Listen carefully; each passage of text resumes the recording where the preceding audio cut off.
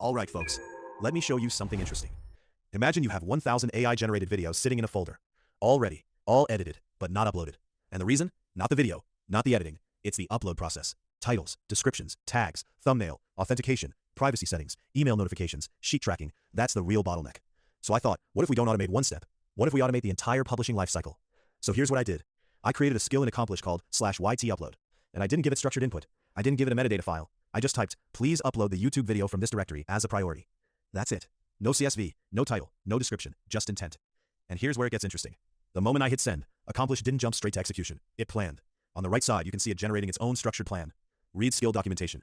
Explore directory. Generate metadata. Upload video. It decomposed the task. This wasn't a script running blindly. This was an agent reasoning. Next step, permissions. It explored the location path.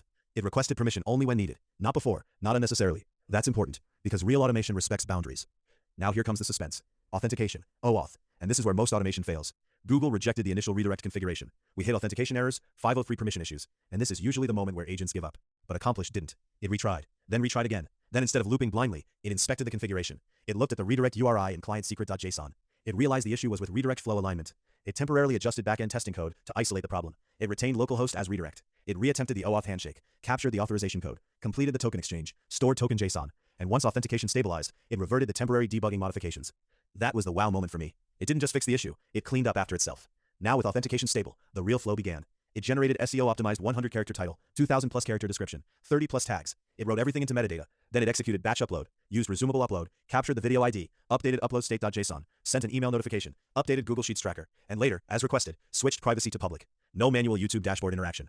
Then I gave it a second challenge, a new file, donut.mp4. Same directory, no thumbnail provided. Now here's what impressed me. Authentication did not fail again, because it reused the stabilized token. It didn't re-enter OAuth chaos. It understood state. It generated new metadata, appended to CSV, uploaded successfully, updated sheets, sent email. Clean, controlled, predictable. But then, we realized, we never uploaded a thumbnail for Donut. So I didn't manually design one. Instead, I let the system handle it. It generated a thumbnail prompt, went to Whisk, created a visual concept, downloaded it locally, and then uploaded that thumbnail to YouTube via API. End to end, within about a minute. No hard coding, no manual upload, just orchestration. Let's pause for a second. What actually happened here? Accomplish, interpreted natural language, loaded skill from skill.md, generated execution plan, requested contextual permissions, handled OAuth retries, identified redirect misconfiguration, stabilized authentication, reverted debug code, generated metadata, uploaded 2 videos, updated Google Sheets, sent email notifications, generated and attached thumbnail, managed privacy state transitions. This was not a single API call. This was a coordinated multi-service workflow.